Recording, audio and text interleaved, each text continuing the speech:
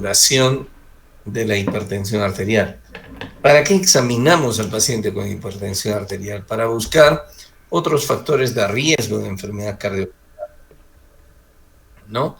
U otros antecedentes, por ejemplo, dislipidemia, diabetes, etcétera. Buscar causas de hipertensión arterial secundaria también es importante en nuestro examen. Buscar lesión de órgano blanco, consecuencias de la hipertensión, ¿no? Es decir, tenemos que buscar posibilidades de que el paciente haya tenido problemas tanto a nivel cerebral, cardíaco, renal. Buscar comorbilidades es importante, sobre todo la diabetes, la dislipidemia, los estilos de vida asociados a hipertensión arterial, sedentarismo, como ya hemos mencionado, consumo elevado de sal, ¿no? Todas esas condiciones, el consumo de alcohol y los tratamientos previos a los cuales el paciente estuvo sometido. Entonces es muy importante tener en cuenta todos estos aspectos a la hora de evaluar o de abordar al paciente con diagnóstico de hipertensión arterial. La mayoría de los pacientes con hipertensión arterial son asintomáticos y tienen síntomas o manifestaciones inespecíficas. Por ejemplo, la famosa cefalea descrita por los pacientes o atribuida a hipertensión arterial, la verdad que en la mayoría de los casos no lo es. Es cierto que la hipertensión arterial puede producir dolor de cabeza, pero se da en casos con hipertensiones arteriales muy severas, no en los casos más comunes. Y la cefalea suele ser matutina en la mañana y occipital, nada que ver con la cefalea de esta señorita. Los mareos también son manifestaciones comunes de hipertensión arterial, las palpitaciones y la fatiga, así como la impotencia sexual en los varones. Es importante tener en cuenta esto porque los varones, como consecuencia de la hipertensión arterial, tienen problemas de disfunción eréctil y como consecuencia del uso de antihipertensivos también van a experimentar problemas de disfunción eréctil. Entonces, ¿qué dice la guía al respecto de esto? Entonces, un cuidadoso examen, ¿no es cierto?, puede ayudar a confirmar el diagnóstico de hipertensión y la identificación de lesión de órgano blanco, así como otras causas de hipertensión arterial secundaria. Tenemos que tener cuidado, entonces, para incluir en el examen el corazón, la circulación y otros fenómenos y otros signos y manifestaciones de problemas que nos puedan orientar hacia hipertensión arterial secundaria. Por ejemplo, a veces con solo ver que el paciente es bajito, alguien tiene su micro prendido, por favor que lo apague. Con solo ver que el paciente es bajito, gordito y con un cuello ancho, una circunferencia de más de 40 centímetros, podemos sospechar que tenga apnea obstructiva del sueño, ¿no? Evaluar la tiroides, el índice de masa corporal, ya vimos que la obesidad, el síndrome metabólico es importante, medir el perímetro de la cintura, una serie de características que debemos tener en cuenta al momento de evaluar a un paciente hipertenso, no limitarnos a la toma de la presión arterial. La guía europea, la del 2018, porque dice la del 2020, la del 2018 prácticamente dice lo mismo, ¿no? Peso y talla, circunferencia abdominal, signos de lesión de órgano blanco, evaluar problemas neurológicos, examen de fondo de ojo, el corazón, carótidas, palpación de arterias periféricas, etc. Y evidencia de posibilidad de hipertensión arterial secundaria. ¿Qué exámenes auxiliares le pedimos al paciente con hipertensión arterial? ¿Qué exámenes auxiliares le pedimos al paciente con hipertensión arterial? Pues lo mínimo, esto es lo básico que debiéramos pedir al paciente con hipertensión arterial. ¿Por qué? Porque hay exámenes que pedidos de rutina siempre aportan algún tipo de información útil en la evaluación de los pacientes. Entonces, de rutina en el paciente hipertenso, electrolitos, creatinina, urea y creatinina para calcular la tasa de filtración glomerular, un perfil lipídico y glucosa. Eso es lo mínimo que pedimos. Un análisis de orina y un electrocardiograma. Entonces, eso es lo básico que debiéramos pedir al paciente con hipertensión arterial. Lo mínimo que deben pedir ustedes, por ejemplo, como médicos generales. En forma óptima, podríamos pedir exámenes adicionales, sobre todo cuando sospechamos lesión de órgano blanco, ¿no? O causas de hipertensión arterial secundaria. Por ejemplo, podemos pedirle ecocardiografía con el fin de descartar hipertrofia ventricular izquierda, disfunción sistólica, disfunción diastólica, dilatación auricular y coartación de aorta. Podemos pedirle un Doppler carotídeo, exámenes, una ecografía renal, etcétera, fondo de ojo, hasta resonancia o tomografía. Podemos hacerles test funcionales como el índice tobillo-brazo, que posteriormente veremos en qué consiste, y así en forma óptima. Lo mínimo que debemos pedir es esto, y óptimamente debiéramos investigar a nuestro paciente desde ese punto de vista. Es esencial entonces cuando hablamos a un paciente con hipertensión arterial buscar factores de riesgo adicionales, porque hemos dicho que la hipertensión arterial muy rara vez va sola, generalmente va asociada a otros factores de riesgo y estos incrementan el riesgo cardiovascular total. ¿El riesgo de qué? Cuando yo digo riesgo cardiovascular estoy diciendo riesgo de que el paciente me desarrolle lesión de órgano blanco, desorden cerebrovascular, isquémico hemorrágico, repercusiones a nivel cardíaco o a nivel renal. Y esto debe ser evaluado en todos los pacientes antes de empezar el tratamiento.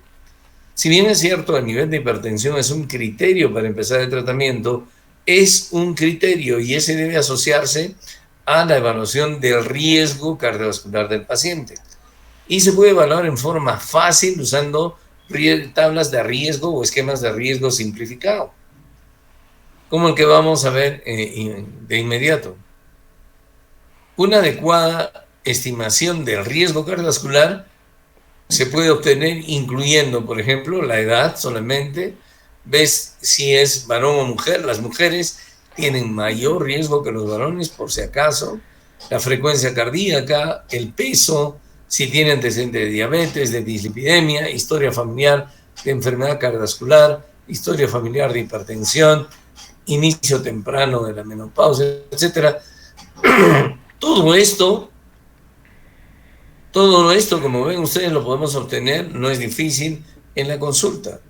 Todo esto lo podemos obtener durante la evaluación inicial del paciente. No necesitamos nada extraordinario para saber que mi paciente es de alto riesgo, o de bajo riesgo, o de mediano riesgo.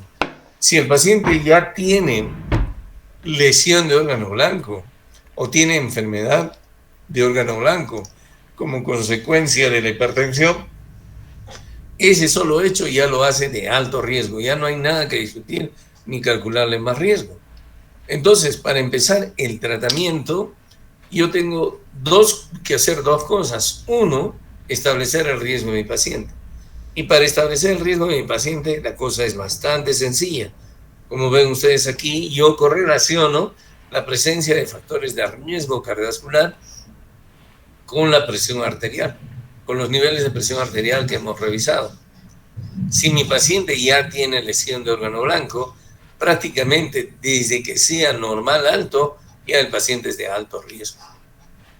Entonces son dos factores importantes que me permiten a mí determinar si mi paciente va a necesitar tratamiento medicamentoso o solamente medidas higiénico-dietéticas. Las medidas higiénico-dietéticas se aconsejan para todos los pacientes, incluso tengan riesgo bajo. Todos, en todo caso, debemos asumir unos estilos de vida saludables. Antes de empezar el tratamiento, podríamos decir, ¿y sirve, vale la pena que nosotros tratemos a los pacientes con hipertensión arterial? Algunas preguntas se han hecho en forma básica, ¿no? Por ejemplo, en adultos con hipertensión arterial, el inicio de la terapia farmacológica mejora el resultado de la salud. Perdón un ratito.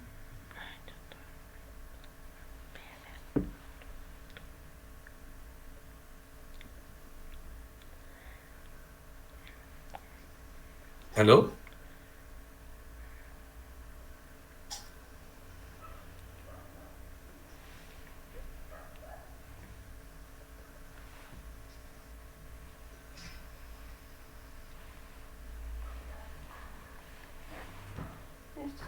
No camina y eso de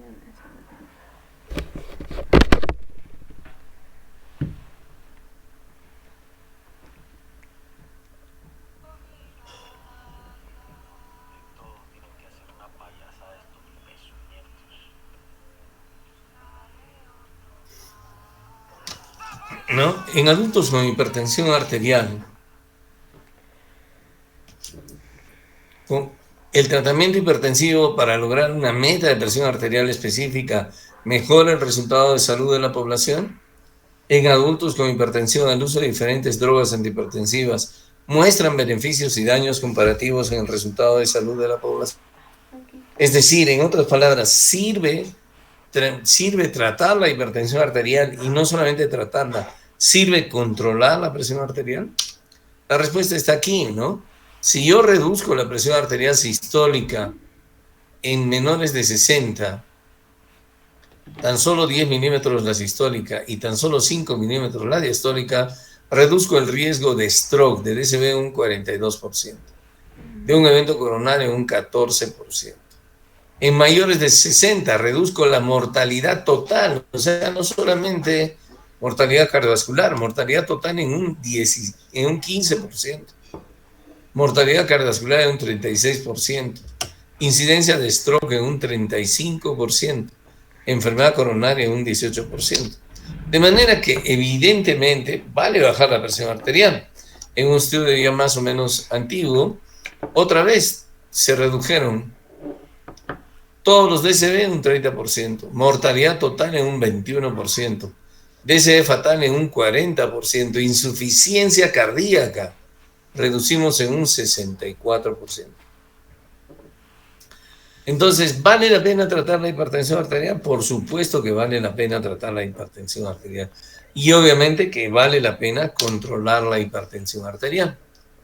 ¿Por qué es importante esto? Porque a veces llegamos tarde, o sea, nos damos cuenta que el paciente es hipertenso, nos damos cuenta que el paciente es hipertenso cuando ya tuvo un evento coronario.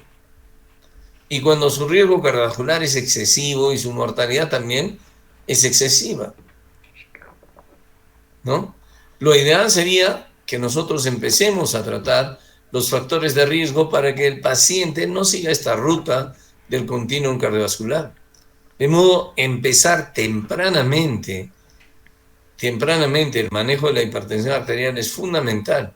Pero empezar tempranamente el manejo de la hipertensión arterial no significa solamente darle pastillas al paciente, sino asumir hábitos de vida adecuados, estilos de vida saludables. Por lo tanto, entonces, debemos intervenir tempranamente en la historia natural de la enfermedad, antes de que se desarrolle daño de órgano blanco o cuando el daño subclínico está presente. Cuanto más temprano intervengamos, es mejor. Ustedes podrán decir, ¿y esto para qué me interesa a mí?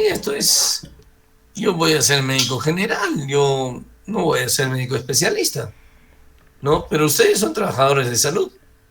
¿Qué les cuesta dar un mensaje mejor que el que puede dar Pérez Alvela, ¿no?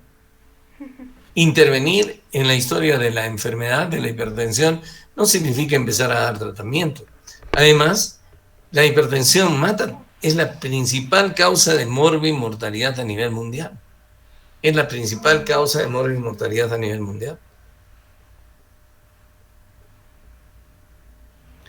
Eso. Y dos, siendo la principal causa de morbimortalidad a nivel mundial, es tan frecuente que un médico general tiene que saber tratar bien la hipertensión arterial. Si no, cualquiera de nosotros, e inclusive nuestra familia, va a repercutir. Y finalmente, somos lo que nuestras costumbres son. Entonces, tenemos que intervenir. El mensaje de dieta baja de sal, ejercicio, ausencia de sedentarismo, evitar el estrés, etcétera, todo estaría adecuado que ustedes lo puedan dar. Cuando tratamos la hipertensión arterial, al igual que en la insuficiencia cardíaca, entonces existen dos pilares básicos. Uno, las medidas higiénico-dietéticas o los cambios en los estilos de vida y las medidas farmacológicas específicas, ¿no? Las medidas higiénico-dietéticas están referidas a situaciones que ya han sido ampliamente probadas, ¿no? La primera, por ejemplo, la restricción de sal. Como hice en la diapositiva, hay una evidencia fuerte de que la restricción de sal, la reducción de sal, disminuye la presión arterial. Y hemos dicho al inicio de este capítulo